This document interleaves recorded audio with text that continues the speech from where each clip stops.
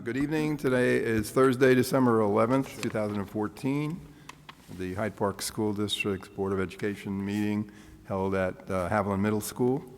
May I have a motion to enter executive session to discuss confidential matters pertaining to the employment, future employment of a particular person or persons and collective bargaining and negotiations under the Taylor Law? So moved. Second. Any discussion?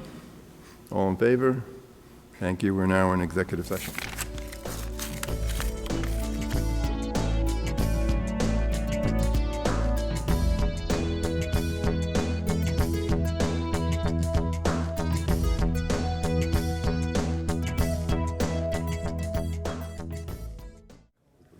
All right, may I have a motion to return to open session, please? So moved. Second. Is there any discussion? All in favor? Opposed? Thank you. At this time, we will open our public hearing on the vet's tax exemption. And I'd just like to say one thing. This has been a difficult procedure. It hasn't been helped by the state in that the procedure is kind of convoluted, and I think we were a little confused about how things were supposed to go. But as I understand them now, you must authorize, if you want the exemption, you must authorize at the default level. At that point, that doesn't mean you're going to have the default. At that point, you can then have a second or even a third public meeting to either have it be lower or higher. But once you've already said it will be done, it'll be either one of the three or something in between.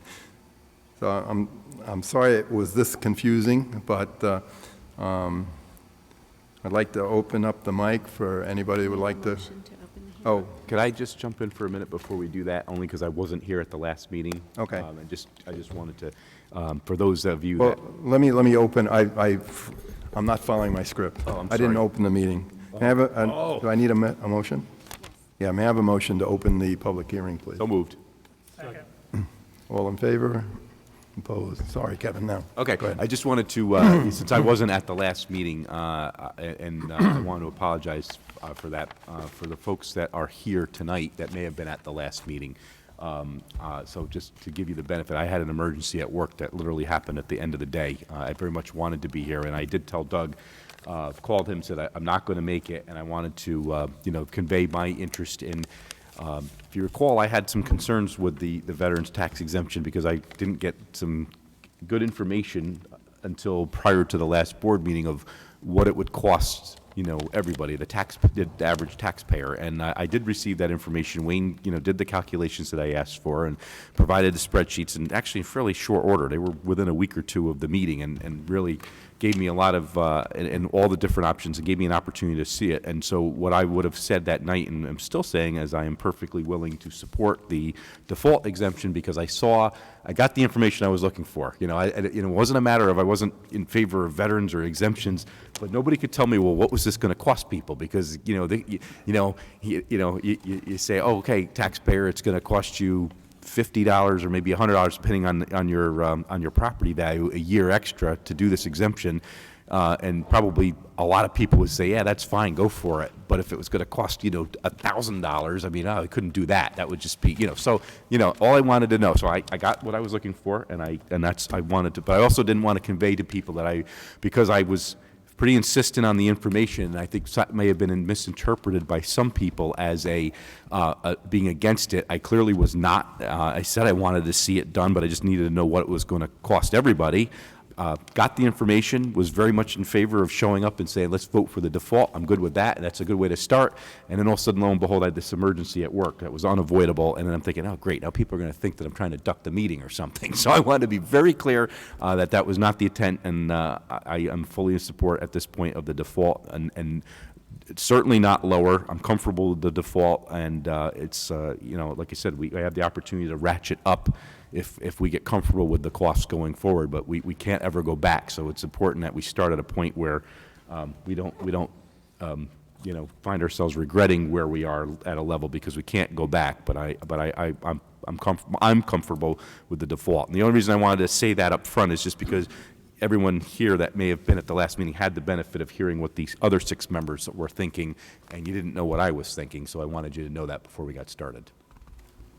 Thanks, Kevin. Would anybody like to address the board?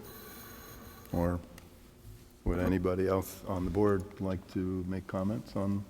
I would like to know, what was that information you got, is it number of people that are veterans on, or?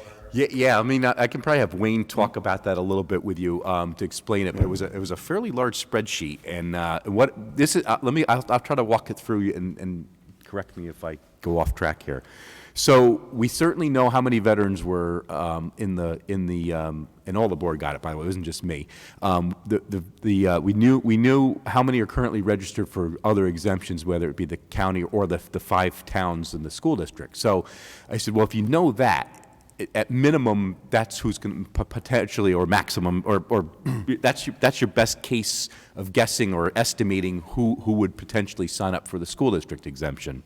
So knowing that, I said, well, if we took the figures, I said, just put a spreadsheet together, and you know what happens to the tax rate when you do that, and then apply it. So everybody's house is valued differently, so that doesn't tell you anything, but everybody can take their tax bill and say, well, I'll probably screw the number. Oh, you have numbers in front of you? Yeah. So, for example, in Hyde Park, give me Hyde Park town. Oh, they are. Okay. So it's about, where's our per thousand number? No, where's the per thousand number? Like the $30 whatever. Is it 26? Whatever it is per thousand. Wayne, can you put that up on the screen? You have that available? No. So, well, I don't want to mess the number up because I'll just All right. quote a number. But let's just say, and it's not. I'm just making the number up because I don't have the exact number in front of me. Suppose my tax rate is currently $30 per thousand. All right. All I wanted to know is what the per thousand would be for if the veterans if the exemption was granted and an X number of people applied and took for it, which we kind of have we got information from the county, how much it would be, what would my per thousand be, and in this case it was, I don't know, I forget, it wasn't very much. It was clearly more, but it was enough that I could say, okay, now if the exemption were in place this year, all things being equal, I could take that, multiply it by my property value and see what my tax bill would be. That's the information I was looking for. What would be that, is it, what are we, 26, 30? I can't remember, the per thousand. 50. No, per thousand, what's our tax? It was like 37 something. Yeah, per thousand, right, of assessed value. So, okay, here we go, right, so. These are the results. So in the town of Hyde Park, if we take the default, the taxes could potentially go up $133. Okay, that's what it was, right, and that, yeah, so, yeah. But I don't like looking at that because that's based on an assessed value. I want to just know, I wanted the per thousand, and we got that number because it was in that spreadsheet, and I might have it in my email here, because anybody can then take that number and apply it to their own bill. Even a veteran with the exemption, because you could see how the exemption's calculated. You could say, okay, I got my bill from this year. Let me run through the calculations. I know what I paid this year, and if the exemption were in place this year, what would happen? Okay, your exemption, you would get, X number of thousand lopped off. Okay, so now my taxable assessed value, I should say, is going to be this number, which would be lower, but the tax rate goes up a little bit, so that number changes, and then I multiply it out, and then you could find out what your tax bill would be. And likewise, I could find out what mine would be, because I don't get the exemption. What would the impact to me, and it was, I feel like I'm not answering the question because I don't have that. Here we go. All right, so the tax rate in Hyde Park was, $36, and this is the tax rate per assessed value, right? Okay, so in Hyde Park, town of Hyde Park, it is $36.24 per thousand. So obviously something was going to happen to that, and it was like, and for all the other towns, because they're all assessed at almost 100% or out of 100%, all the other towns are roughly, say, $22.47. So no matter what town you lived in, you know, Wayne had come up with a spreadsheet that showed, okay, this was, if all the veterans that are currently registered took the exemption, this would, what would happen to the tax rate for everybody in all the townships. And then you could say, you could take your own tax bill and say, okay, instead of 3624, it was whatever, and multiply it, and then I'd come up with my tax bill. And again, I think on my bill, it was like, I don't know, $50 to $75. It wasn't a lot of money. So that's what made me comfortable with saying, okay, I'm okay with this. Because nobody could tell me, was it $50? Was it $5? Was it $500? Was it $5,000? Nobody could tell me what would happen to my tax bill. That's what I was trying to get at. So that was what I said, give me the per thousand so I could see and I could just apply it to my last year's tax bill and say, well, this is what it would be. And so I got very comfortable with the number. So that's what I was, that's the information we got. And I might even have it in a, and he did it in what, you did the minimum, or a minimum, the default, and the maximum. So we could really compare, you know, what would happen, you know. And I was comfortable with the default, which is kind of the middle of the road, the default. I was comfortable with that number. I'll tell you right now, I was not comfortable with the maximum. I think that's just too much of a burden to put on everybody. Couldn't support that. But I was very comfortable with the default and wasn't interested in going to the minimum. I thought, if we want to make a gesture, let's make a gesture, and I'm comfortable with the default. I think it's fair to everybody, so. So the default, the difference between So Okay. I don't want Hyde Park? Yeah, to interfere with what you're saying, Kevin, and I don't want to deprive the public of having their opportunity to speak. No, I know, he asked a question, so I we're allowed to understand. go back and I forth. just wanted Yeah. to say something if I could. Yeah, go ahead, I'm word it sorry. twice. Yeah, go ahead. One of so at the last meeting, we did pass the default tax exemption for veterans. I specifically requested this, and majority of the board agreed that we would conduct a second public hearing. This public hearing it's my understanding that this is about the level of the exemption that we're going to set. We have a choice. We can do nothing, and the default level remains. Yeah, refresh my memory. You did adopt, because I wasn't here, you did adopt the Correct. default That's last right. meeting. We Okay, so adopted it's the already in, default. it's done, okay. Yeah. So That's according to required. the statute, it's my understanding that if we want to do anything other than the default, we have to conduct a second public meeting That's correct. and then pass a second resolution to change the number. I was interested in having the discussion about the amount. One of the reasons is because one of the things we didn't talk about at all was the Gold Star parent exemption, which is this allows a parent whose child died in the line of duty during a war to receive the exemption the veteran would have received. I would like for us to include that as part of this exemption. My other issue is that typically this board, while I have served on it, has been very conscious of being equitable. We have tried to maintain all of our student programs in an equitable way. We have gone to great lengths to try to manage the tax rate that we impose on the citizens, and we are very conscious of the tax rate increase that is a fact of life. If you look back over 10 years, the tax rate increase in this district has hovered between 2% and 3% for the last 10 years. I think with possibly one exception, and that was, still under 4%. Compare that against the tax rate increases of many of the other surrounding districts, and you would find that it is much lower. That is a record that I'm very proud of. There are some issues that are beyond our control. One of them that is directly related to an issue called equalization rate means that sometimes when we change or increase our budget, the way it's distributed among the different towns that are part of the district is unequal.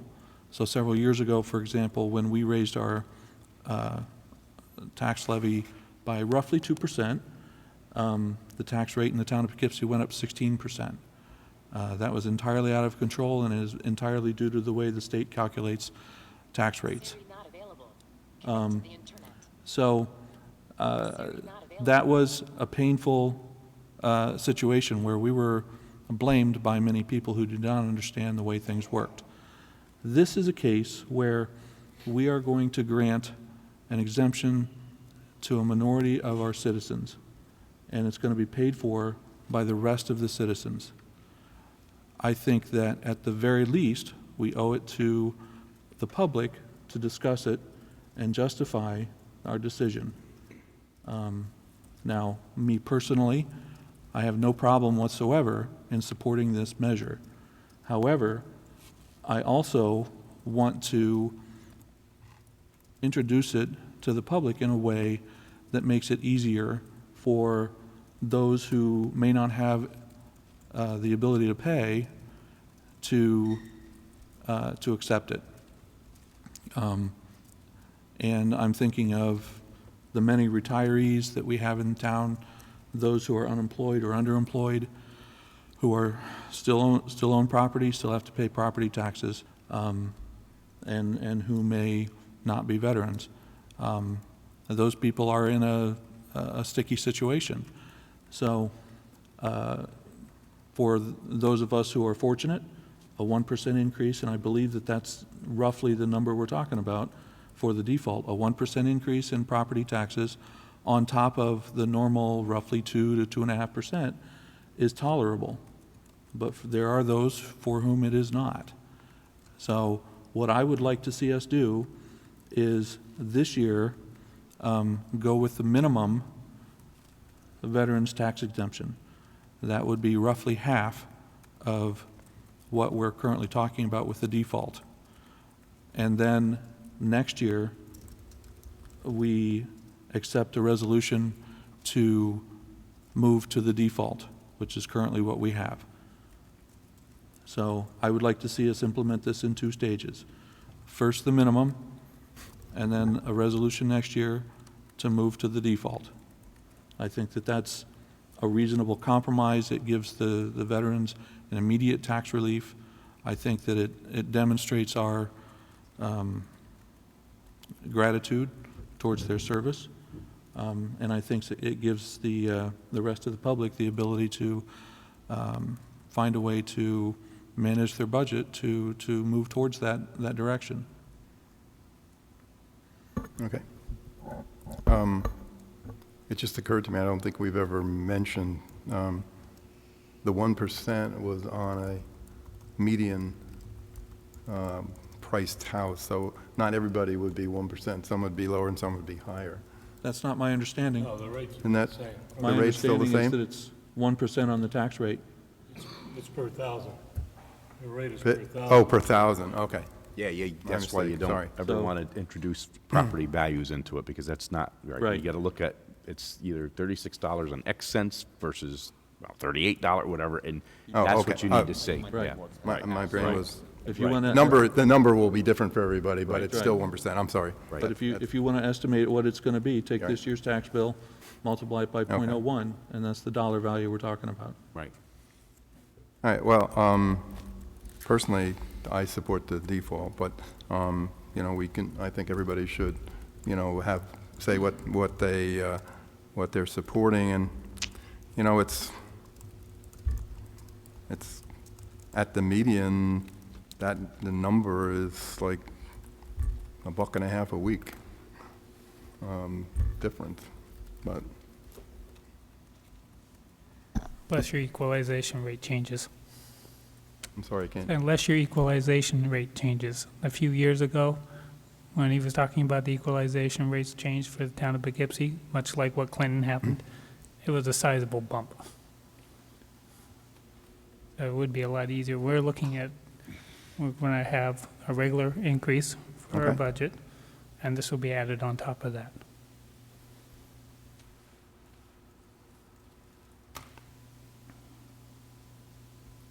Anybody else? Let's want- just, Well, I still support the default. Last time here, our last meeting was almost 3 weeks ago, and I was in a little limbo about the minimal, because I thought I'd get some reaction from the other public, but I received nothing, no emails, no calls.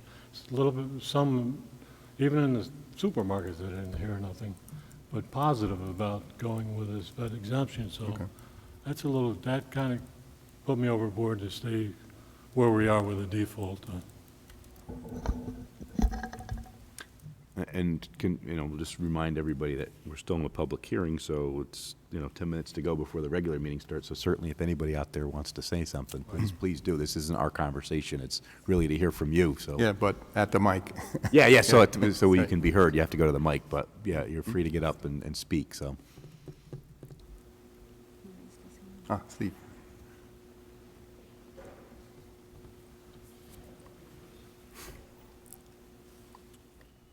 Good evening, Peter Cipriano, 118 East Cookham Drive, Statsburg. I wasn't planning to speak tonight, but first off, I want to thank the board and Mr. Hyde for bringing this through I guess a vote for last meeting to continue this process. But I'd just like to say that as a veteran, I've been in this community since my college days. My grandfathers were drafted, my father was drafted. I joined the Army because I felt it was the right thing to do. I wanted to be a part of that community. And I think a lot of us here, a lot of the men and women that are joining now, they're volunteers. And I think any town, especially a small town where a lot of us do want to live. I mean, I work in Washington, D.C. I commute there. And it's a great place, but I like coming back home to Hyde Park. And it's appreciated. That's all I can say. When someone wants to just say they see my hat and they say thank you for your service. I was in the barbershop today and I noticed a guy sitting in a chair, a young man. I said, that haircut looks familiar. And when he took the blouse off, I saw he had his Army sweater on. I said, I go, how you doing? I'm Peter Cipriano. I was in the Army. He goes, I just got back from my training December 5th. I said, well, thank you for joining. Thank you for signing up. Those are the type of young Americans that we want in this country, we want in this town. And I was very excited with all the wars going on, and I work for IBM, but I work for the Department of Defense. So I talk to service members almost every day, and it's just great that we have those young men and women that want to make that sacrifice, because it is a chance. I mean, I didn't serve in theater; it was just a luck of the draw.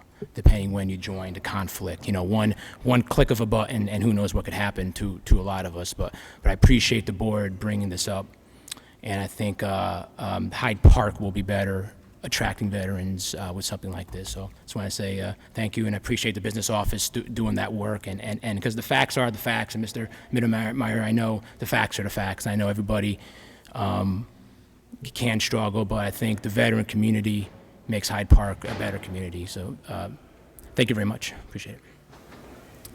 Thank you. My name's Ed Forrest, Green Tree Drive, Hyde Park.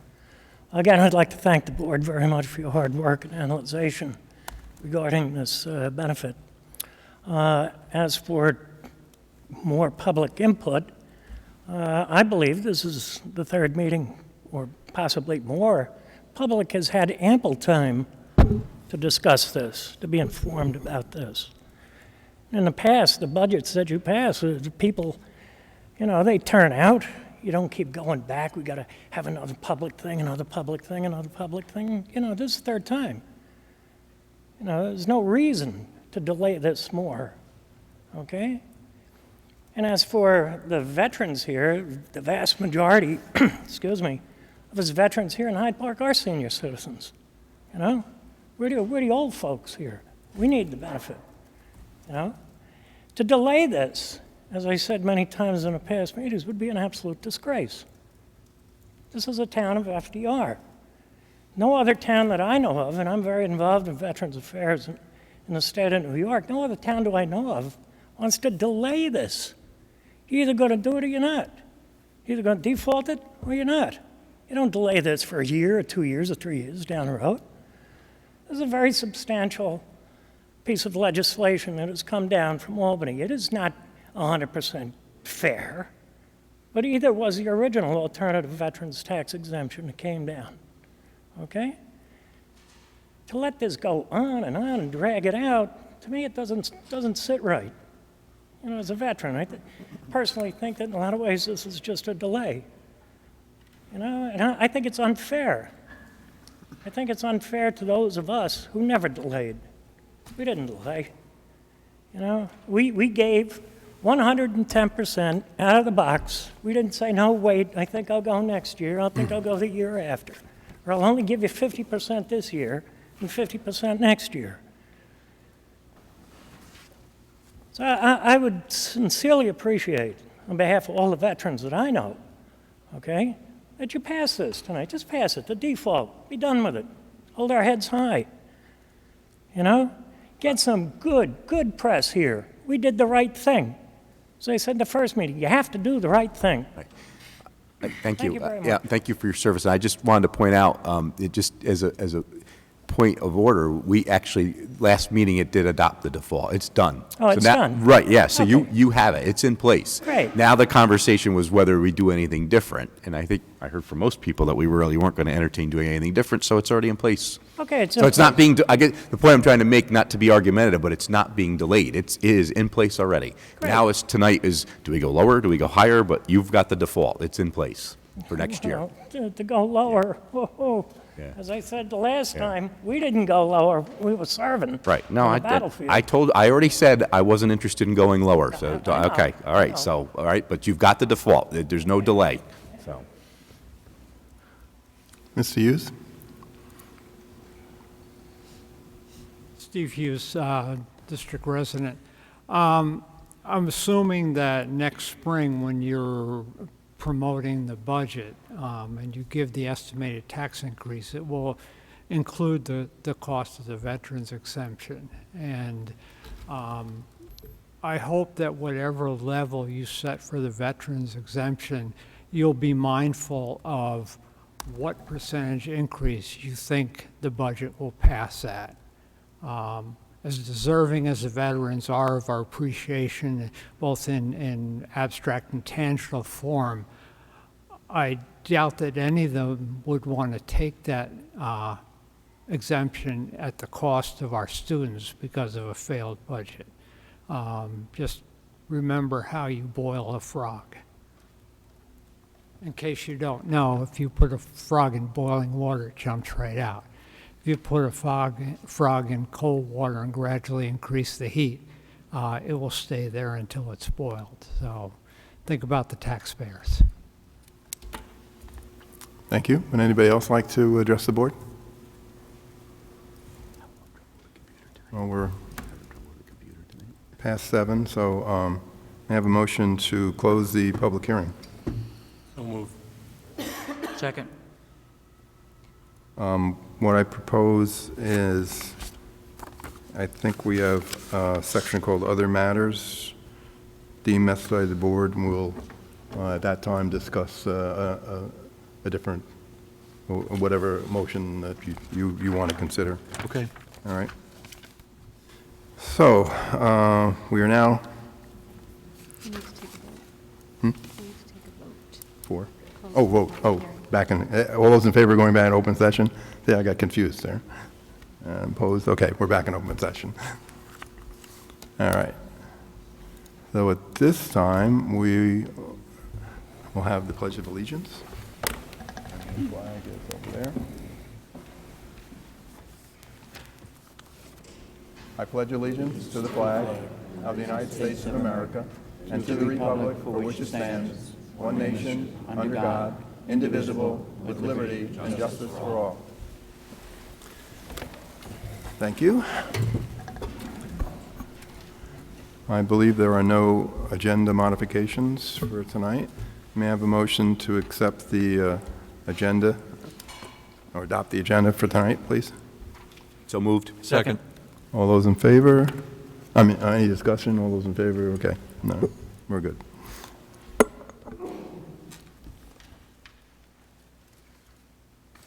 Okay, we're at Pride. Mr. Shaw?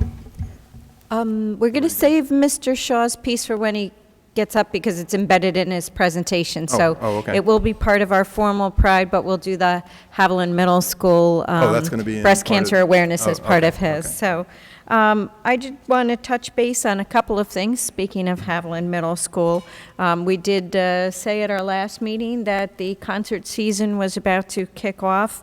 And I did have the opportunity to attend the first Haviland Middle School concert This room was packed. Standing room only. Standing room only. Phenomenal performance. A great kickoff to one of three at the middle school, and certainly others for all of our remaining schools. Just to again put it in perspective, because of the number of performing groups and not wanting to keep children out too late at night and their families, we have 3 concerts for Haviland Middle School because the music program is that big. And the first concert packed the house with standing room only, and congratulations to the music teachers who are phenomenal, and thank you to the families who support the music program. The students it was an excellent concert. Before we move on, Greer, I just a comment. I had the good fortune of being able to attend the Christmas extravaganza at the high school, and the choir from the middle school was there and performed 3 numbers, and it was an outstanding performance, an absolutely outstanding performance. They brought the house down. Wow, I missed that one. So again, if you're looking for some holiday cheer, please check our calendar. We have several other concerts coming up, and one that's already been postponed due to the weather. I wanted to take a minute to talk about Project FALA, which is a district-wide initiative that's been done for the past 8 or 9 years. We sent over 600 items that are created by students in every school in the district, and they're sent to the servicemen and women above the board, the USS Roosevelt. This is a great collaboration with the community. For our part, our students make cards, letters, handmade ornaments, snowflakes, snowmen, Christmas bulbs. Generally, at some point, we do receive a picture of the students opening their holiday ornaments and gifts and letters and cards. This is also done in collaboration with the Hyde Park Historical Society. They bake cookies, or they collect baked cookies in tins. So the shipment is a combination of all of the artwork that our students put together and the cookies that the Historical Society collects. We would like to say a special thank you for Ralph Osterhout of the American Legion. Ralph Osterhout, Senior of the American Legion, and I'm going to add in our very own District Clerk, Deborah Brosen, who really get this project happening every year from, I think Ralph generally calls Deb in September and says, okay, well, what's our timeline? They pretty much plan it. They get the word out to the teachers about the timeline to get the ornaments made so that we can ship them to get them to the servicemen and women on the USS Roosevelt in time for the holidays, and they do get there in time for the holidays. So again, a very special thank you to Debbie and to Ralph Osterhout Sr. For making this project happen, and to all of our teachers who support this. It's very meaningful for our students, and they wouldn't have this opportunity if the teachers didn't run with it as well, so thank you. I have 2 student notes, and this is, I share what comes across my desk, so it's not valuing one student over another, but from time to time things do come across my desk, and I had 2 recent things come across my desk. One is there's another Eagle Scout amongst us. Christopher Grandos Kramer has achieved the ranks of Eagle Scout. His Eagle Scout project was to build a fence around the graveyard at Mariapolis Luminosa, and he has completed that project, and I think his recognition ceremony is in January, but he did receive a letter of recognition from me personally. And the other was an exciting piece of news about a recent graduate, Trevor Haskell. He is attending Fordham University, and he participated in the 2014 Google Scholars Conference. And not only did he participate, he was only one of 68 students throughout the United States and Canada that was invited to attend the Google Scholars competition. which took place in California, and his team won the People's Award Choice. And the challenge is that the students have 10 hours to design an application that can work on any platform, iPad, iPhone, you name it, name them all. And so they have 10 hours to design an app, and it produces a cipher, and it's a challenge for middle school students. So they created an app, which you might know more about ciphers than I do. And the app is for middle schoolers, and it's a challenge to decode the app. So again, you know, out of a small group of students throughout the United States, Trevor Haskell and his team did receive the People's Choice Award for designing that software application. So congratulations. I do not have any information about how the basketball team did. I know the boys played last night and the girls canceled. So Dan, you want to tell me about the basketball game? In an exciting game, the boys defeated what is going to be a heated rivalry now that Poughkeepsie has moved to Section 9. They beat Poughkeepsie, I believe it was by 6 points, in a very, very heated and very exciting game. Very good. Do we get to count pride to wish Dr. King, John King, and John Penoyer Bye. not goodbye, but good luck in their endeavors somewhere else. So I think that's a prideful moment. Mr. Penoyer is retiring, right? Yeah, he's retiring. Yes, Mr. Penoyer is retiring. And Dr. King is going to work for Mr. Obama. Yes, that is correct.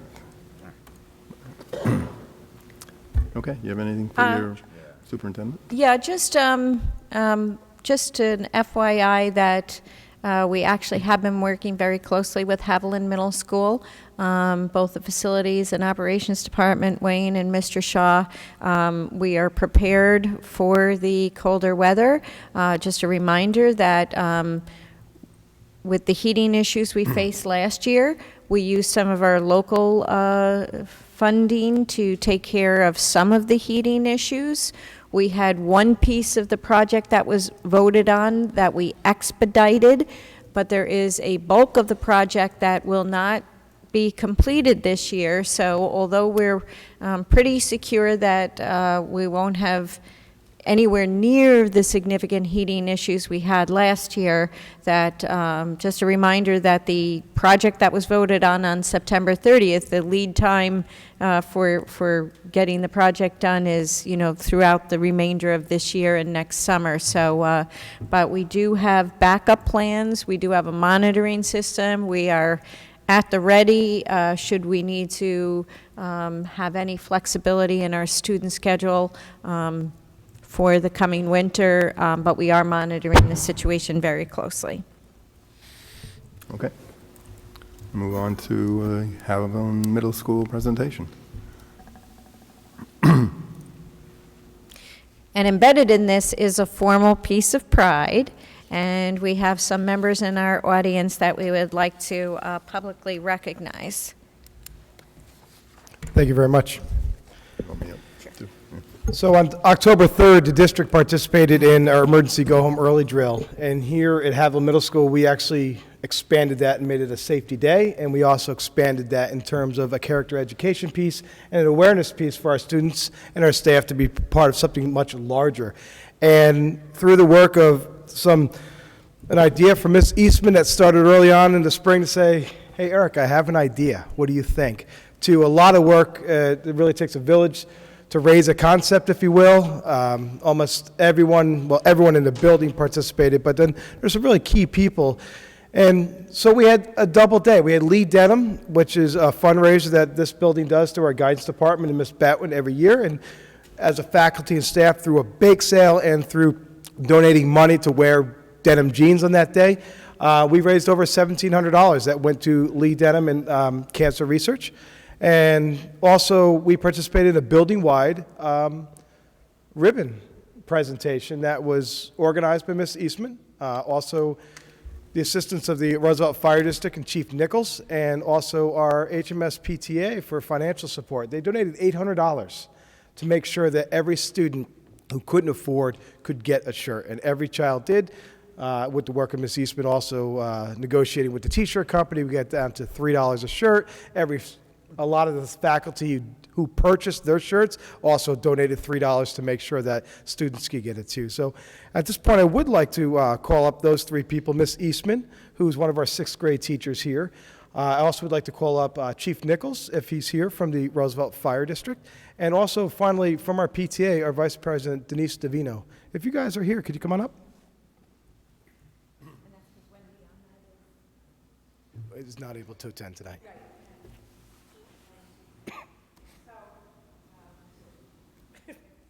So on behalf of Haviland Middle School, for your efforts and hard work, we wanted to actually give you a copy of the framed picture, and the framed picture, the photograph was actually taken by Chief Nichols. They were the volunteer fire company, and this aerial view that you see was the ladder truck that came here to actually do the photograph. So I don't know if I could show that to TV land or not, if they're able to see it. But we've had it on our website, and it will continue to be there. So, Mr. Vino, on behalf of the PTA, thank you very much. Thank you very, very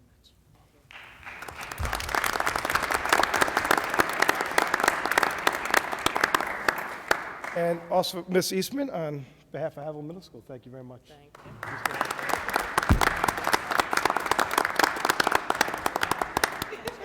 All right, thank you. Thank you.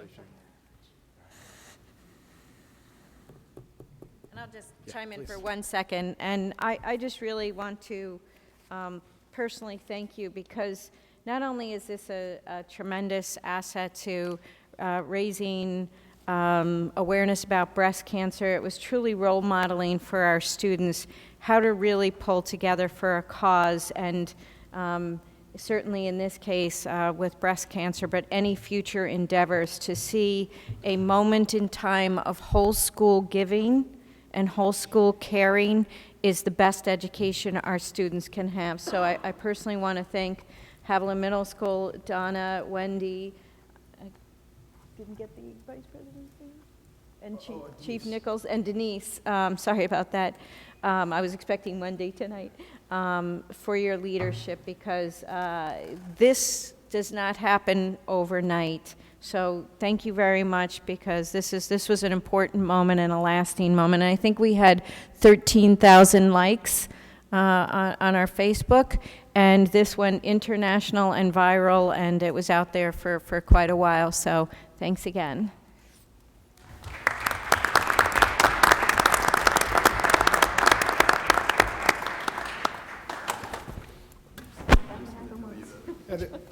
There is so many things that, if you're in the building every day, our teachers, our staff, everyone is here, our students, there's so much other pride we could talk about, but certainly that was a big task. And also, other districts have sort of looked at that and actually modeled and copied it. There was a movement in Pine Plains, I believe, that also sort of did a similar thing for a different cause after we did.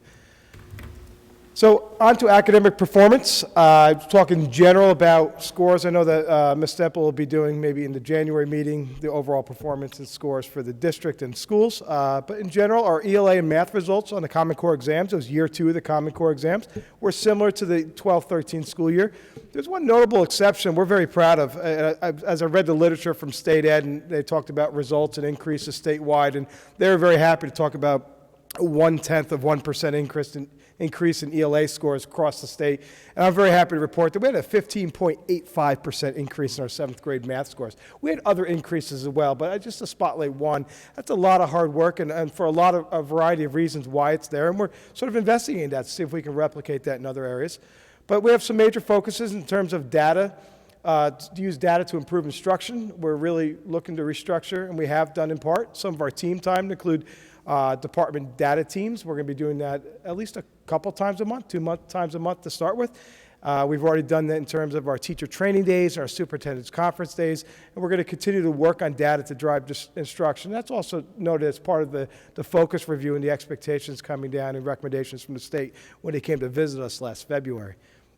And also, last year, as a goal of mine and a goal as part of our BLT, we put together the building-wide RTI process, and that's up and available, and a big support for teachers. And as we get more familiar with it and it hits the road, I hope to be more effective and really sort of supporting those struggling learners that are out there that haven't either been identified yet and just need a little extra help in that universal instruction area, that entry level in the classroom. In terms of our BLT as a whole, I stood here last year in the spring. We talked a lot about sort of triangulating data and looking at 3 different major data points and then sort of figuring out what does it mean. We looked at the parent involvement survey that was done last January. We looked at our focus review results, and we looked at that focus review survey that was done in the spring of 2013. And we came up with some conclusions around how to support the community. And really one of the big ideas was, like, we have a community of parents that are willing to come, but maybe we weren't always offering everything they wanted to come and see. So we devised an idea to create a Haviland Community Night. And so approximately 200 parents showed up. We counted by how many dinners we served. You know, we served about 200 dinners. We partnered with the HPTA. We had support from over 50 teachers, faculty, staff, and administrators working that evening. Teachers led workshops on high-interest things, and it wasn't always just about the Common Core. There was some Common Core, there's some literacy, some math, but it was also about, you know, how do you support a middle school student at home? And we had a lot of positive feedback from it. We were able to garner support and donations for virtually everything we did, and you see the placemat that's pictured there, and the majority of the pictures around the placemat are companies in the area that offer donations. We did parent gotchas as sort of caught for being good, and we gave them to parents. They filled them out. We did 12 drawings, and those were all sort of donations from the local nail salon or Dunkin' Donuts, or just places in the community that said, hey, this is a worthy cause, we're willing to support it.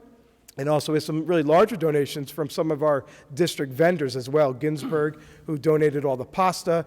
We had Rockland Bakery, who donated dinner rolls for the whole event. And actually, Luigi Coppola from Coppola's in Hyde Park had donated all the sauce for the event. So it was a pretty big event, and we hope to sort of build off that as a springboard for increasing our community involvement and bringing in what we're thinking that parents want us to offer. So if you didn't get a chance, I don't want to fail to mention that we also had student musicians come in, and they were playing during dinner. It was quite the event. We had probably maybe 10 to 12 to 15 booths of just, not manned personnel, but just informational booths that parents could just come and take and get information about what's happening in the community, what's happening in the school. So a little bit about our extended day and our co-curricular. We have some additions from last year, and we have a lot of the other things that are continuing to go. We're in year 2 of the 21st Century Grant, which materializes to this Healthy Kids Grant, which is a literacy program here in our building. It's 3 sessions that run 7 weeks straight, and it's 3 hours a day, Monday through Friday. Students come in, and they're taught literacy instruction, and the instruction is happening with our teachers. And then they do a piece on movement, a piece on art. They bring in, I say they, it's the Healthy Kids program that does it, but they use our students here, and their goal is to raise literacy scores a half a grade level in 7 weeks. And I'm happy to report we've had now 3 full sessions, and we've hit about the 80 percentile mark for raising those scores. And so we're pretty impressed. I met with the folks today as we're going to be going into January, the first week of January, for our second session. And we're targeting 25 more students for the second session this year. We have a new club that started. Mrs. Hickey and Mr. Cole approached me and said, you know what, our students are starving for more. And they proposed an idea of a writing club after school, and they're doing it, and they're just doing it because it's good for kids. And they actually did a student survey out into the classes. They had 70 students show up for the first session yesterday. And it's just about inspirational opportunities for writing and really working on sharing ideas and participating in activities. It was a wonderful event. It was across all grade levels, and they're going to continue ongoing for the next couple months. So we're pretty happy to report about that. And so our co-curricular, we have our clubs. We have our drama, ecology, yearbook, student counseling. Thank you to the board for your generosity in adding bowling club back this year. And that was part of our budget this school year. We have 40 kids enrolled in that, and they're doing it every Monday, so they're certainly taking advantage of it. And We have art club that's run by one of our teachers in the 6th grade, just does it. It's not a stipend position, it's just something that she's been doing to help support kids. And then also we have our intramural sports that are occurring in both the fall and the spring. Under character ed, we've had a lot of character ed. Some of the things we've already talked about are under character ed, but we have our PBIS program that's still alive and strong and going as well as ever. We have our CAPE activities, and we participate in Red Ribbon Week. Well, in January, we'll be participating in the No Name Calling Week. Our student government did their annual food drive and donated quite a few boxes of food to the Hyde Park Food Pantry, and that was building-wide. We did participate in Project Fowler, our entire 7th grade. So those donations, quite a few hundred of them came right from this building. We had a PTA-sponsored assembly from the New York State Police on internet safety, and they sort of tiered it per grade level, based the difference between a 6th grader and an 8th grader. And also, what's pictured here is one of the art displays. I had volleyed out to the staff about a state ed sort of art contest supporting and honoring Dr. Martin Luther King Jr. and doing it in fine art or essay form.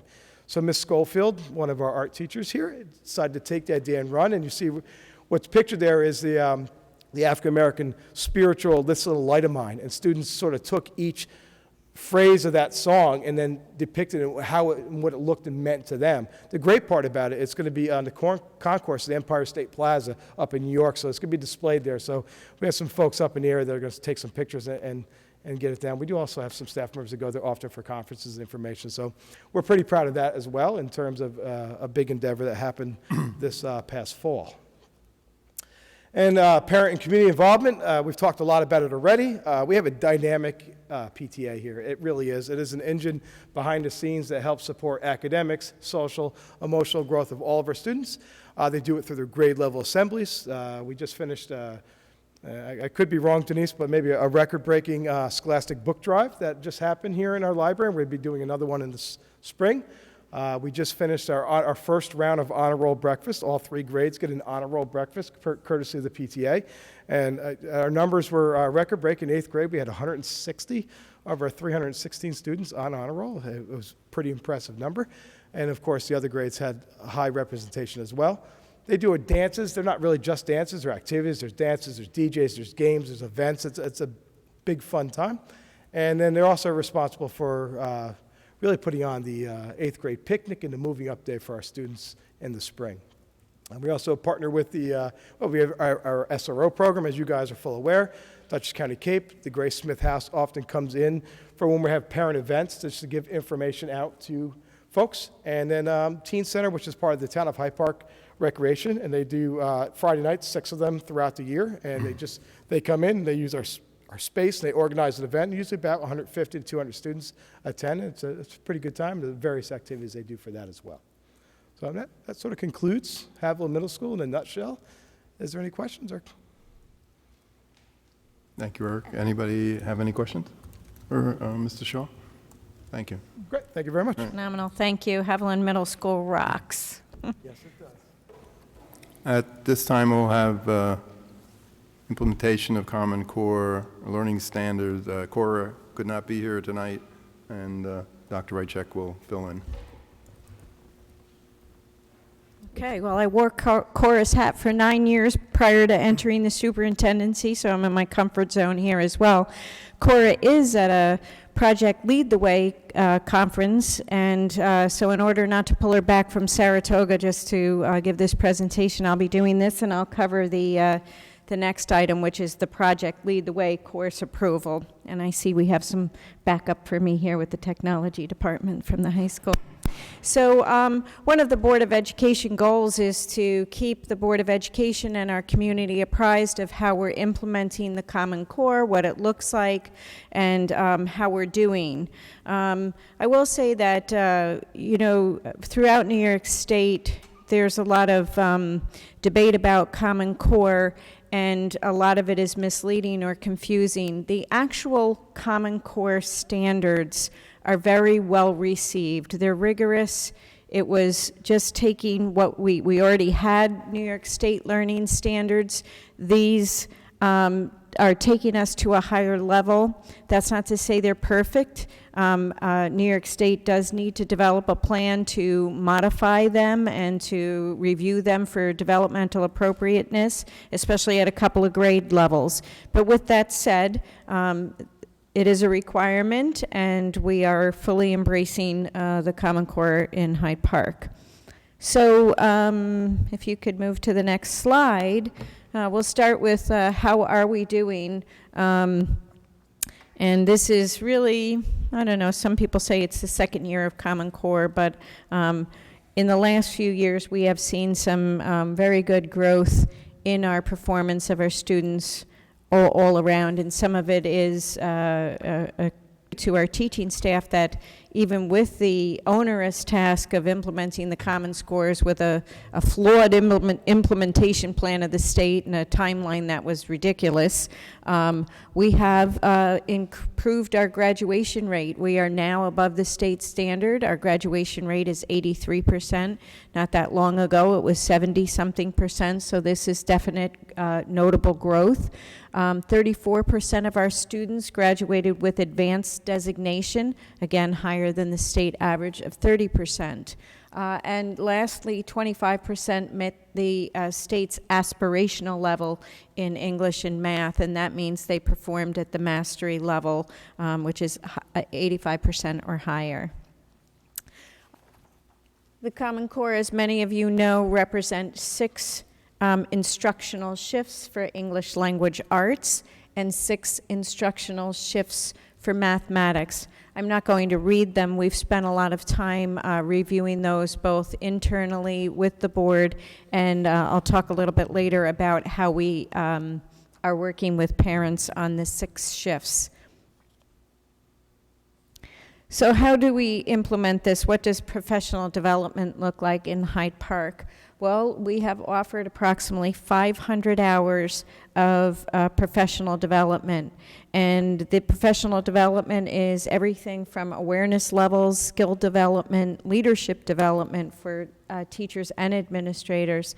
Not only have our administrators offered professional development, many of our teachers who have spent time getting ahead of the curve are also right there with us and offering professional development for their colleagues. We have a writing initiative at FDR that directly supports some of the Common Core standards. We have a collaboration with Bard College with the Thinking and Writing program. We did that last year at FDR, and this year it's extended to Haviland Middle School. We have some consultants in addition to our own administrators and teachers. We have contracted with Generation Ready, and they're doing some residency work at our elementary schools. We have a connection with Columbia Teachers College to help implementing our elementary writing program. And as you recently learned, we were the recipients, or we are the recipients of the Strengthening Teaching and Learning and Education Grant, which we were involved with BOCES. We are still involved with BOCES, but it just, we weren't able to mobilize it with most BOCES, so we took 3 of our administrators who basically have a part-time job that they're doing at night and on the weekends to organize an in-house professional development program. As I mentioned at the last board meeting, we were happy to be recipients of the grant, but we found ourselves in the position that we had $155,000 to spend on professional development for our teaching staff, and it wasn't getting done, and we needed to acknowledge that the only way it was going to get done was to have some of our administrators manage the program. I'm going to talk about a few data points, and they're not, this is not our academic report, so we don't want to get too much into the weeds, and I do not have our full comprehensive academic report. You'll see that in January, I believe. But this is one data set. This is our Fountas and Pinnell, part of our reading, part of our balanced literacy program.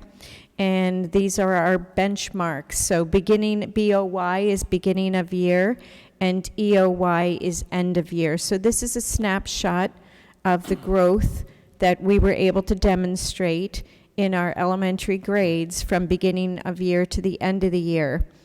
We do expect to move into higher levels of proficiency, you know, above 62, 66, and 72%. With that said, these are not bad starting points because the Fountas and Pinnell program is now aligned to the Common Core, the new Common Core learning standards. And if you'll remember that on the state assessments that are aligned to the Common Core learning standards, only 30% of students in New York State were rated proficient. So we still have work to do, but the fact that we're using this in-house benchmark to monitor our progress, and that we're seeing growth over time is support to continue with this program.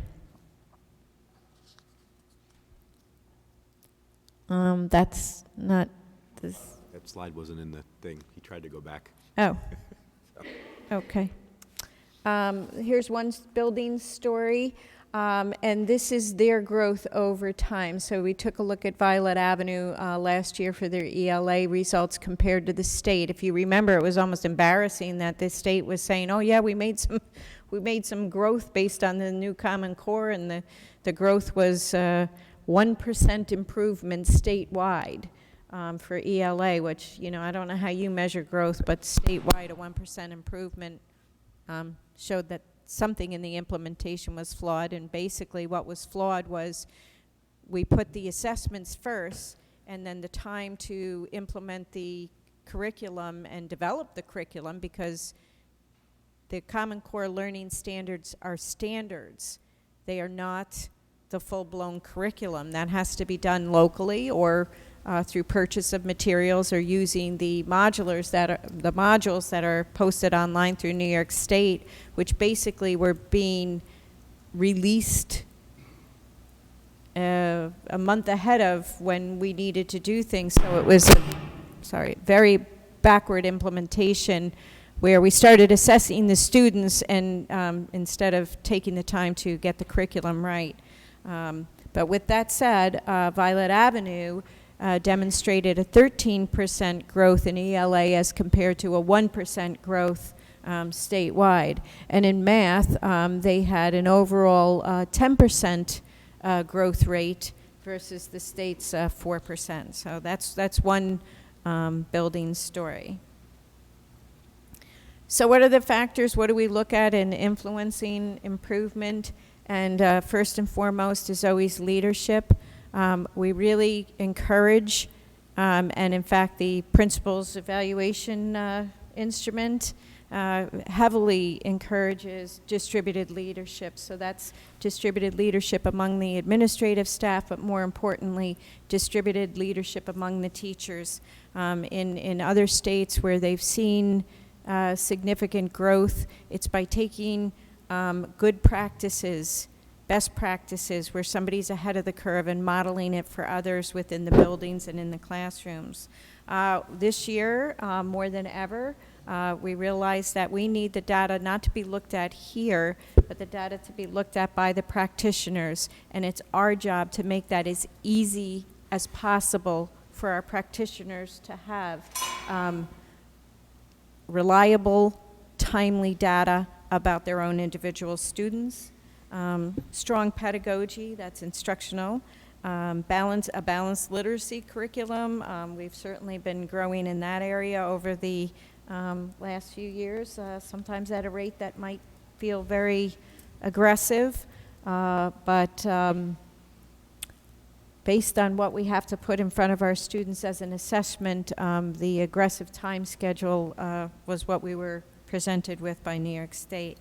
And collaborative inquiry, really trying to find time where people can collaborate to talk about themselves as practitioners and what works. One other snapshot on data, and this is some Haviland Middle School data. And again, this one isn't to demonstrate over growth over time, but to talk to you about some of the things that we're doing with data. So this fall, we had all of our students sit for the measures of academic progress assessment, and the first thing we do is say, okay, how did our students do? Well, across the board, we're just a couple percentage points below the national norm. And that's okay. What we know from last year is that where we landed at the end of the year was above the national norm. So this is our starting point for Haviland Middle School. The value of this is everybody knows where their students are in Haviland Middle School at this point in time on a national norm. With this assessment, the beauty of this assessment is it's diagnostic. For every single student, you can drop down a screen from their results and get a personalized prescription of what skills those students need to work on to get to the next level. So we're using a data set that's nationally normed. It's in this presentation because it's also they did the same thing everybody else did. If the Common Core is what we're assessing, it is now aligned to the Common Core. So this is what we're talking about when we talk about data teams. This means that all of our teachers in 6th, 7th, and 8th grade now have had their students sit for a diagnostic assessment, know where they are at this point in time so that they know how to move them along the continuum of their learning.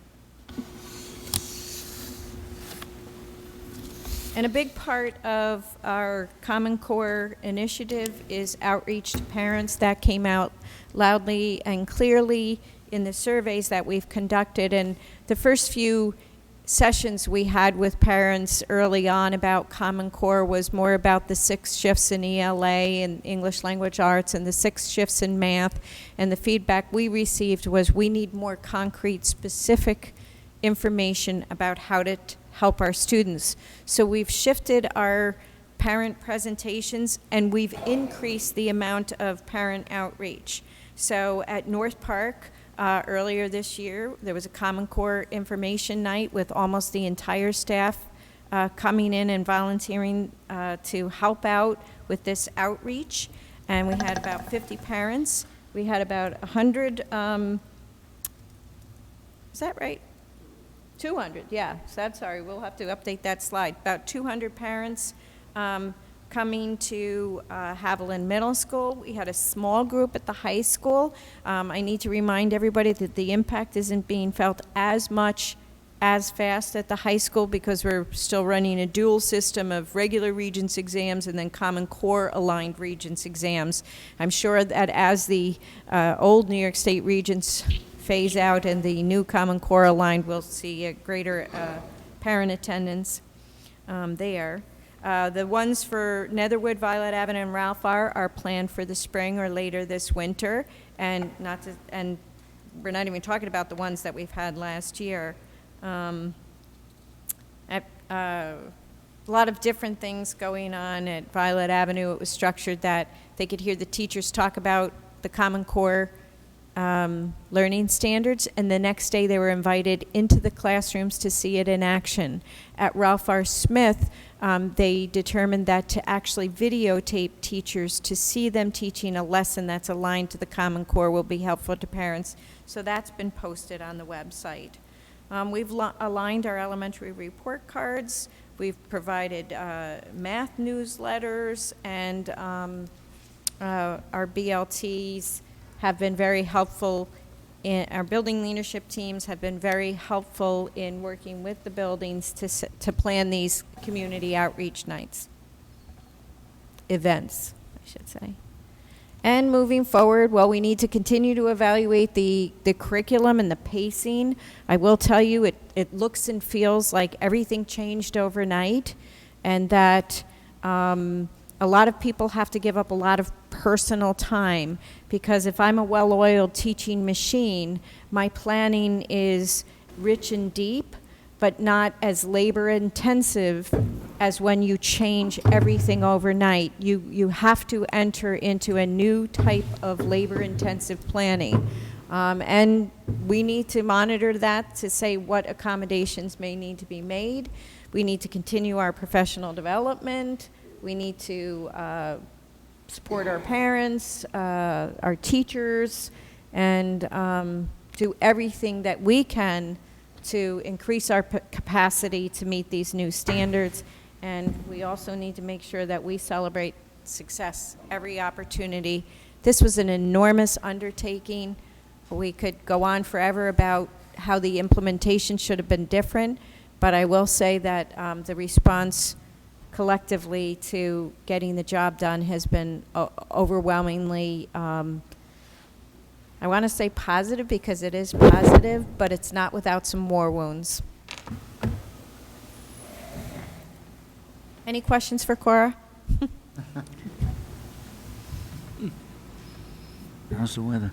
So this is one of a series of information on how we're meeting the Common Core. We have the new course curricula. Yeah. That's not a presentation. I don't think. No, it's just information.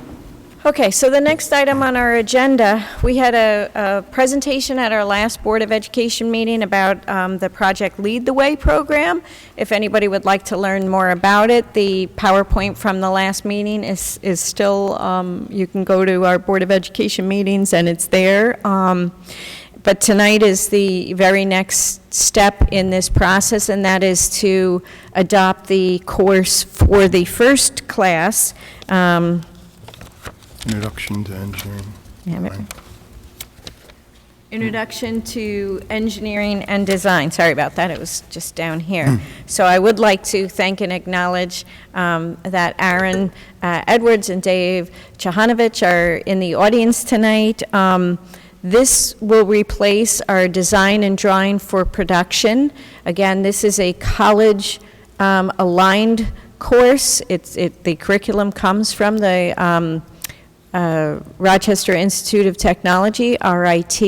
This is a nationally accredited program, and it is research-based. So what the board has before them is the course description, the college credit that they will accumulate as a result of going through the course, and all the information you may need to adopt this course. Okay, we have the actual adoption later on in the. Oh, sorry. Yeah. If No. anybody has any questions, Eric and David are here. I don't think so. All right. Do you want to say something since you came? Please, please. Okay.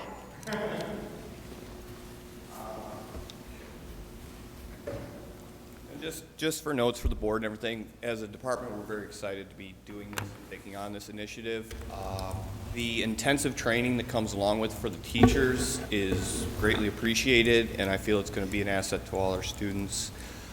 As we're going into this, the level of course that this involves is nationally recognized, and I actually was doing a little research at home before I came in tonight, and I was looking at all the top schools in the country.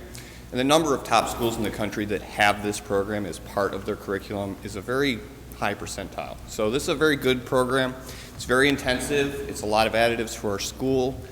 And it aligns pretty well with what we already have. So it's just basically taking what we already have, and we can add things to it and advance it and make it even better. And I really feel that that's where this is going. The IED course aligns pretty well with our DDP course that we currently have, resources-wise, materials-wise. It's just a little more advanced, but the general course outline is about the same. And other than that, that was basically all I had to say tonight. Other than that was that we're really appreciative of trying to do this. I know it's been a long time coming. Yeah. I was actually talking about it 3 years ago, I believe, 3 or 4.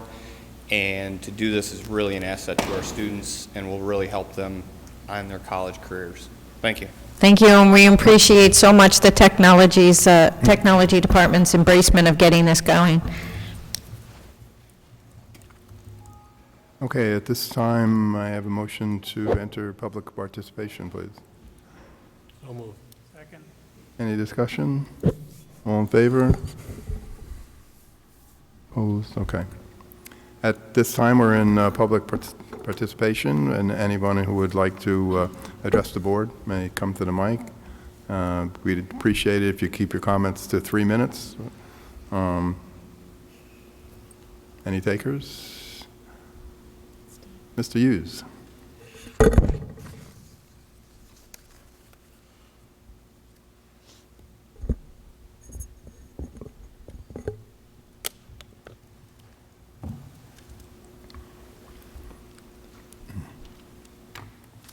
Do we dock your pay for the time you're not behind the camera? I'm just curious. Good evening, Steve Hughes, District Resident. I was just curious as to why none of the board minutes have been posted on the website since October 9th. Yeah, I couldn't hear. The question was, why haven't the board minutes been posted on the website since October? They're supposed to be attached to the agenda, so I'll have to look at that. As soon as they're accepted by the board, they're supposed to be automatically released from board docs. We will definitely look into that. They should be there, at least, especially November. We only had one board meeting in November, but we're thinking November should be there, but we'll definitely look into it and remedy it if it needs to. Tonight. Yeah. Oh, sorry, Would be the October ones. the October ones. Okay. Because the November ones will be approved tonight, so we'll look into that. Anybody else like to address the board? May I have a motion to exit public participation, please? Second. Any discussion? All in favor? Opposed? Thank you.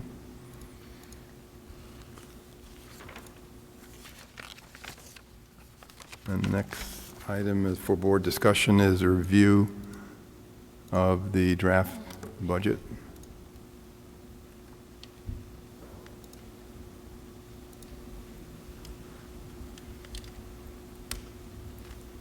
So it's the calendar. Is there any comments from the board on the proposed draft?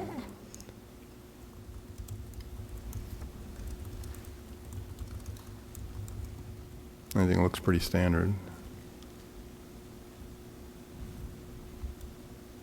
It's the one thing about this is we don't reinvent the wheel. We've gotten pretty streamlined over the years. I mean, earlier years on the board, it was like, you thought we'd never did this before, the way we talk about the calendar and talk about it and talk about it and talk about it. And so, I don't know, it's fine to me. Okay. It's deadline driven. It's deadline driven. Yeah. Yeah. Debbie was pointing out that it's pretty deadline driven as far as the meetings and Not a whole lot to the say about activities. it, right? So, all right. We have, we're hopeful this budget season, we should be learning a lot more, but we are hopeful that the state will loosen up some of the purse strings. Are there any comments on the parameters for developing your budget? We have a draft in front of us. Also similar to last year's. Any comments? Okay. Let me see what we got next.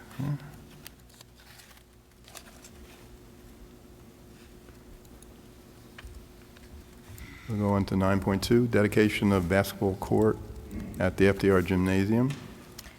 Yeah, well, I'll start the discussion off, and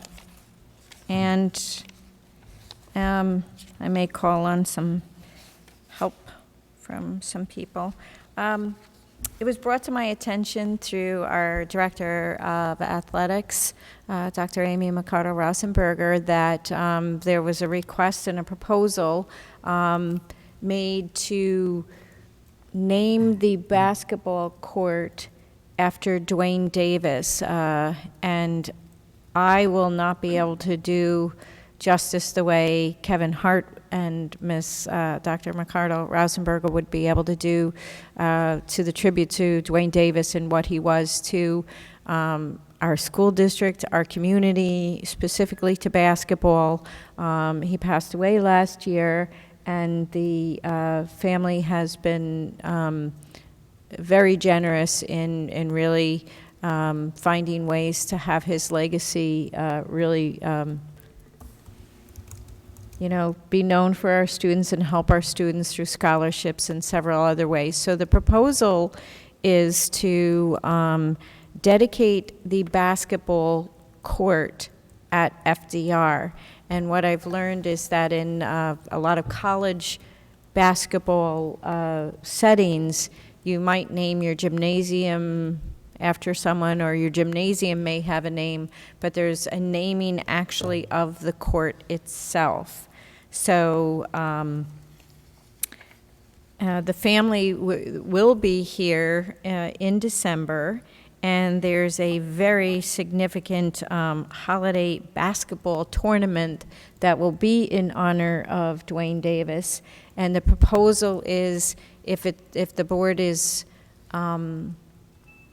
approves or in agreement, and we know that the timing of this, we usually like to have a meeting to introduce it and then a meeting to, maybe gather some more information. But because of the timing of the tournament and when the family is available, there is a proposal to have this conversation now tonight. All right. Anybody want to comment? I certainly am in favor of this proposal. I think it's a well-deserved thing to do, really.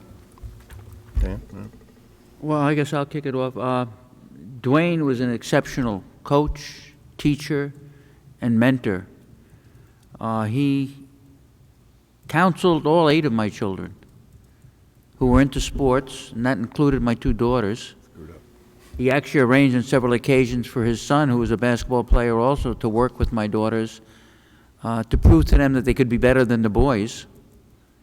And in some respects, they did do that. But Dwayne contributed not only to the Hyde Park community, he was instrumental in the formation of the Dutchess County Coaches Association, which has been very active and very supportive of the kids. It's been a group that has not only mentored basketball activities, but also supported students in their efforts to get and gather scholarship programs. He arranged and worked with other schools and with colleges. He was always accessible to respond to requests from the schools to get information regarding those students and their suitability for college. He was tireless. He really was tireless in what he did. He was a great basketball coach. He was obviously a great baseball coach. And he left the school to go to work at Mount St. Mary's, just to venture into something he'd never tried before.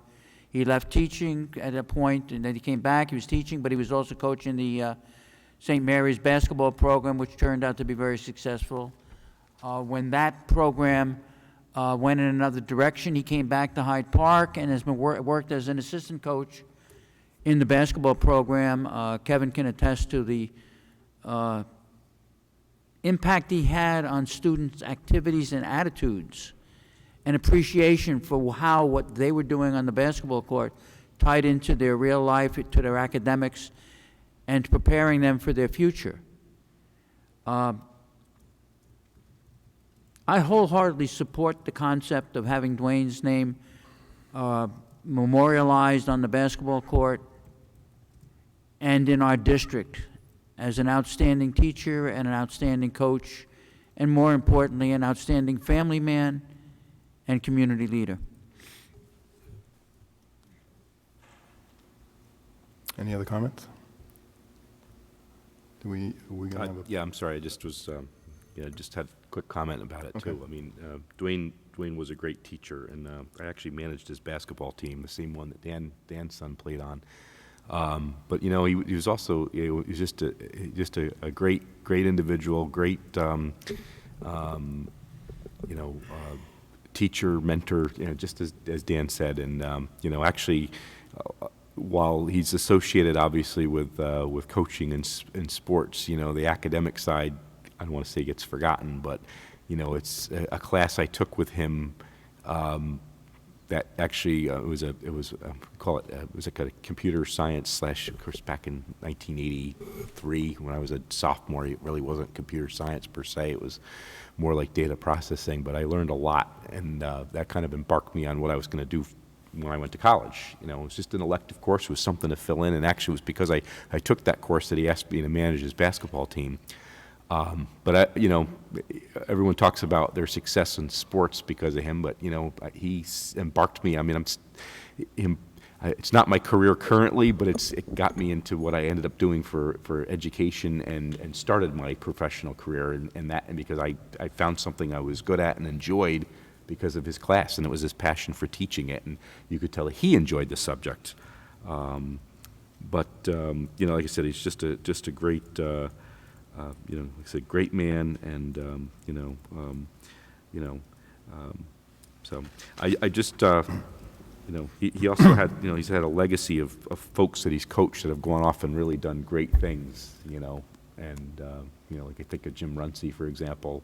You know, that goes way back, you know, into the what was he 79, 80, somewhere in there, you know, and so. Anyway, I just wanted to, you know, I fully support this. You know, I think it's a nice way to honor somebody that did so much for kids in the district, and it's a way of remembering his legacy for time memorial. Yeah, you remind me when you mentioned the students, that a more recent student was Anthony Noto. Anthony was a baseball, basketball, football player who went to the prep school for West Point for a year and then moved on and became a West Point graduate. More recently, a couple of years ago, he was in a paper as the CFO for the National Football League. He's now back working for his consulting company that he started Now with. he's the chief financial officer for Twitter. Pardon? He's the CFO for Twitter right now. Oh, he's moved on again. Yeah, he's the CFO for Twitter. Interestingly enough, he brought these facts back, and he made differences in the kids' lives. And when West Point came back and asked about Anthony, surprisingly, they didn't ask what kind of a basketball player was Anthony, what kind of a football player was Anthony, what kind of a baseball player was Anthony. But he asked them, because Anthony was an outstanding player, but he was in the town of Poughkeepsie. He wasn't in Hyde Park. So when he came to the school district, he was sort of an unknown in some respects. And the question that the Army had asked him about, what kind of a reaction did Anthony have to the fact that instead of being the star and the starter at these various sports, particularly baseball and football, that he was sitting on the bench? And Dwayne said, no negative reaction at all. He said he just worked harder and longer and better to get where he felt he should be, which was the starter. And he achieved that goal on football and on baseball.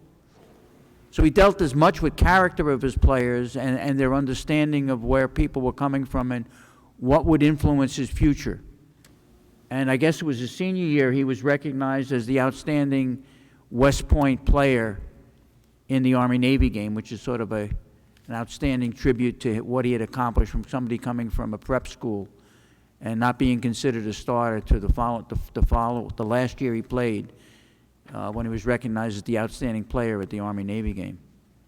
And Dwayne had a lot to do with it. And if you ever talk to Anthony, he'll more than tell you stories about how great an influence Dwayne was on him and what he was able to accomplish, and preventing him from quitting at times when it seemed things weren't going the way he would have preferred. Okay, I sense that the board is in favor of this. I'd like to add a resolution under other matters deemed necessary by the board later on to authorize this.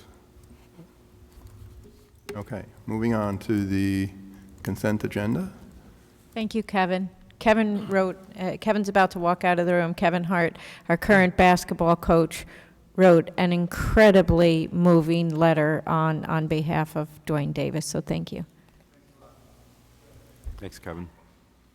Okay, 10.1, may I have a A motion for the consent agenda, please, as listed in the, in our agenda.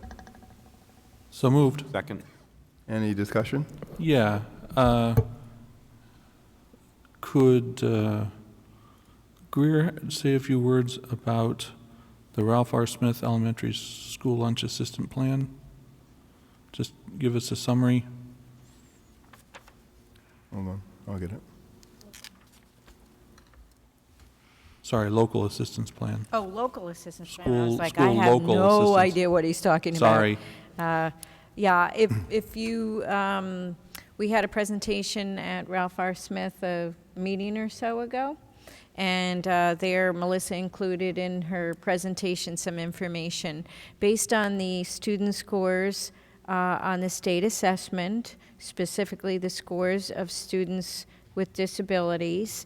They need to, they were at such a rate compared to other special education students throughout New York State on their performance that it triggered state ed, a state ed designation as naming Ralph R. Smith as a school district that needs a local assistance plan.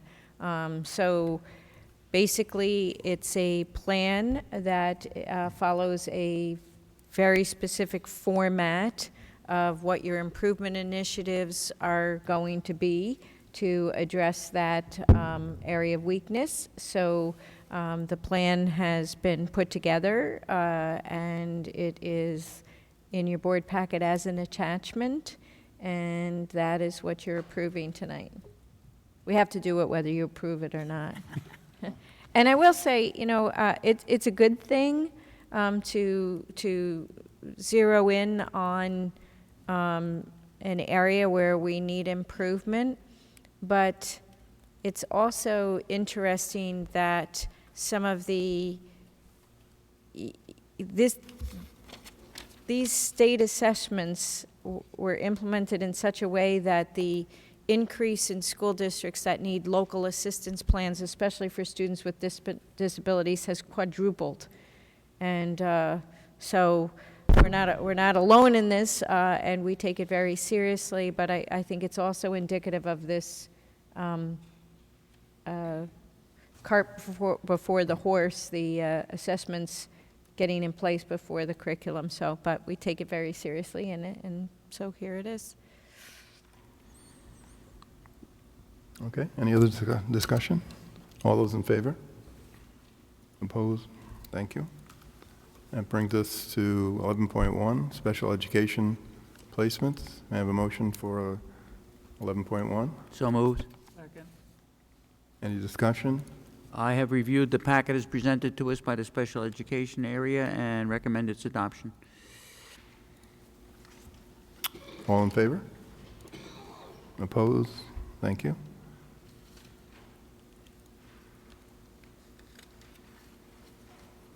May I have a motion for the budget development calendar and parameters as shown in the draft during the discussion, please? So moved. Second. Any discussion?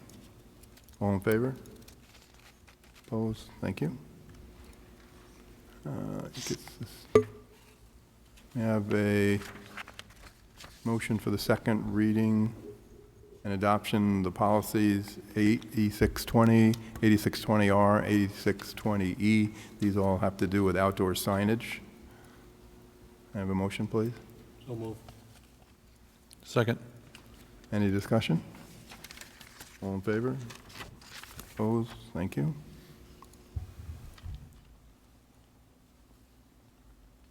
May I have a motion for 11.4, corrective action plan for the external audit? So moved. Second. Any discussion? Yeah, the audit committee met on this. Wayne presented it, and the audit committee recommends its adoption. Thank you. All in favor? Opposed? Thank you. Can I have a motion for 11.5, course approval? This would be the course that was discussed, the engineering design course. Second. Any discussion? I just wanted to say that I reviewed the proposal and the curriculum in Look good. at a Yeah. pretty fine level of detail, and it was Yep. pretty impressive. Yeah. All in favor? Opposed? Thank you. At this time, may I have a motion to enter public participation, please? So moved. Second. Any discussion? All in favor? Opposed? Thank you. Would anybody would like to address the board? Please step up to the mic.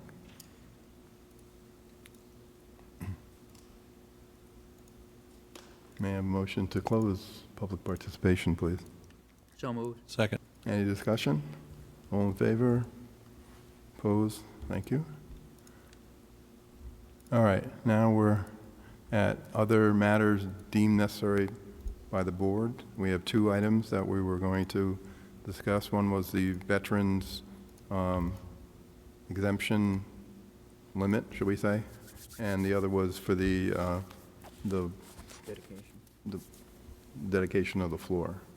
So let's do the dedication of the floor first. I think we can get that one out of the way first. Do you want to put it in? Well, I was trying to write something. Oh, okay. Of taking Well, care of this at the same time. Well, can I have a motion that we approve that the dedication of the floor that be approved? So moved. Second. And so we're talking about the basketball court Yes, now? the basketball Okay. court. Yeah.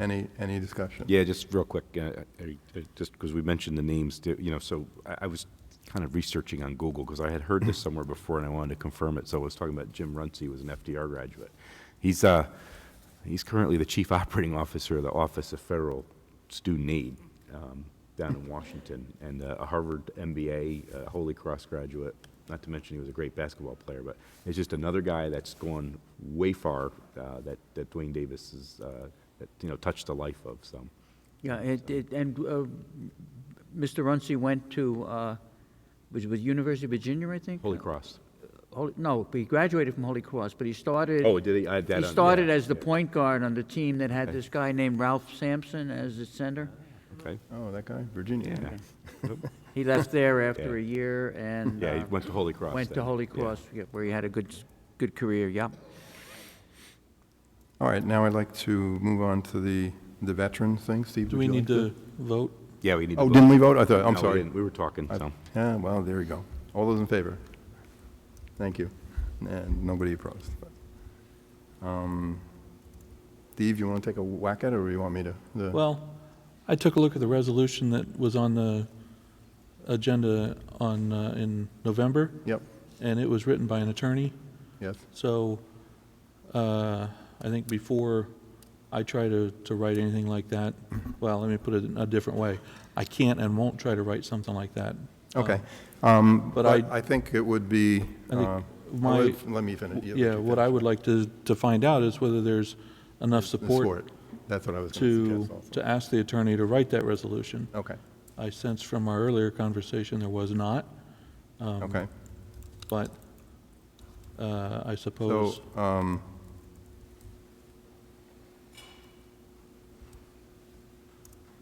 mean, I suppose I could propose a resolution to ask the attorney to write a resolution. That seems like overkill.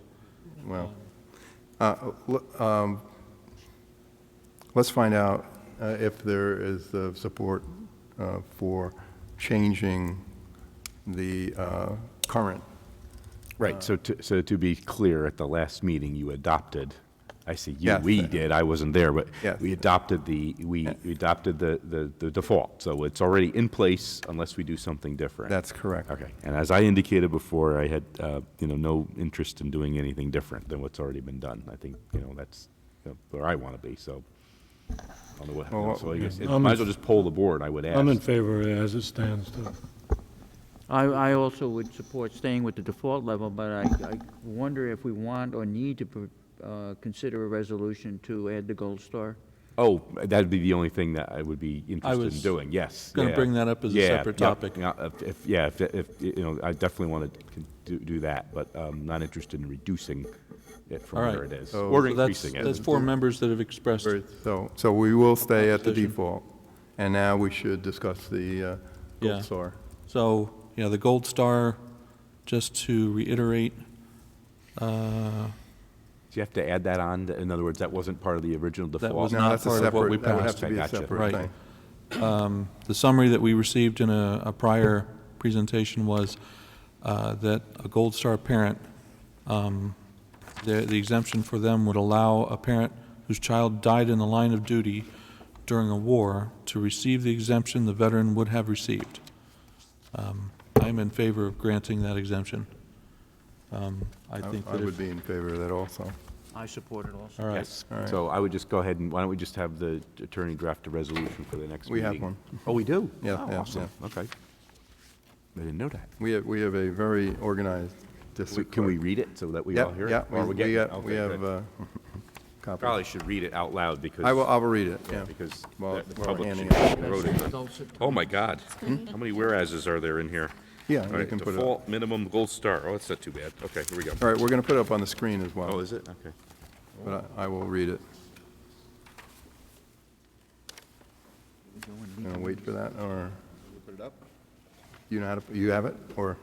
Is it on the board doc? It's got it on the, Do you want me to read it? Because I'll just make the motion, and I can just read it as I make the motion. okay, I This just is wanted the to have it motion. up on the Okay. screen, so, that, you know, sometimes, like, if I was reading it, my voice goes up and down, so sometimes you can't hear everything.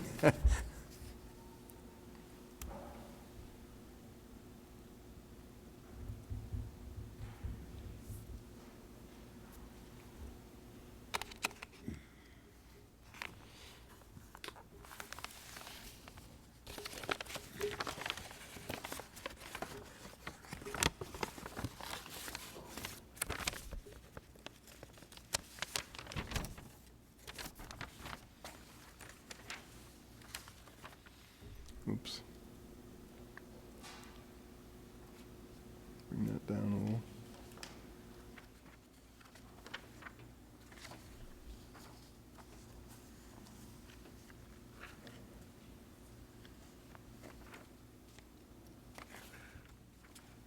Okay.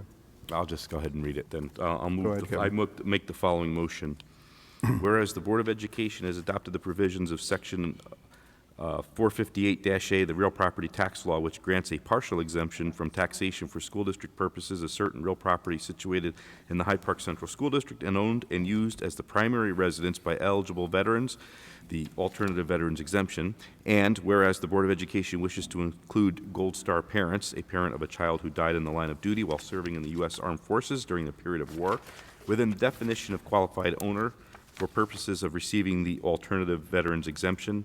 Now therefore be it resolved that the Board of Education hereby approves including Gold Star parents as qualified owner for purposes of receiving the alternative veterans exemption, and be it further resolved that the Board directs the district clerk to provide a certified copy of this resolution to Dutchess County and the assessors of the other taxing jurisdictions located within this school district. Do you need a vote? I need a vote. Did you? Okay, but you need a roll call vote, or you just need a, you need a roll So call vote or I made a anything? second, Okay. or motion, All right. so we need All a right. second. So we have a motion, we have a second? We have a second. Okay. Any other discussion? All in favor? Opposed? Abstain? Anybody? Okay. Thank you very much. That brings us down to board subcommittee reports. Do we have any subcommittee reports? The Special Ed Subcommittee met on 12/8. Jeff and myself were present, as well as Aviva and Heather. And among the things discussed was programming for 2015-16 at this stage, and the budget process that will be followed to firm up the requirements and the requests by the Special Ed Department. It's nice to see that this work is ongoing and is being prepared for the next budget at an early enough time so that we're going to not have any blips or hiccups along the way. And also discuss the fact that continuing education for special education work sessions go on through the year, keeping us abreast of the best practices and making sure that our teachers are prepared and able to handle the conditions that come up on a daily basis. Any other, Yes, we had a facilities during committee yesterday, meeting a very light agenda, only a few attendees. Some of the things we spoke about are the FDR stage flooring and also the possibility of generator backups for fuel pumps. That was it. The next meeting is going to be January 7th at 5 o'clock. Any other? Okay, the next meeting is January the 8th. And I'm really confused. We will have the board meeting and a concert that night. Oh, that's because, that's was right. moved, yeah. Because of the, yeah, it got moved from Tuesday. Normally, it wouldn't be on the same night as a board meeting. I guess I'll have to miss that one, so. May I have, there's no need for another executive session. May I have a motion to adjourn? So moved. Second. Any discussion? All in favor? Thank you very much. This meeting is now adjourned.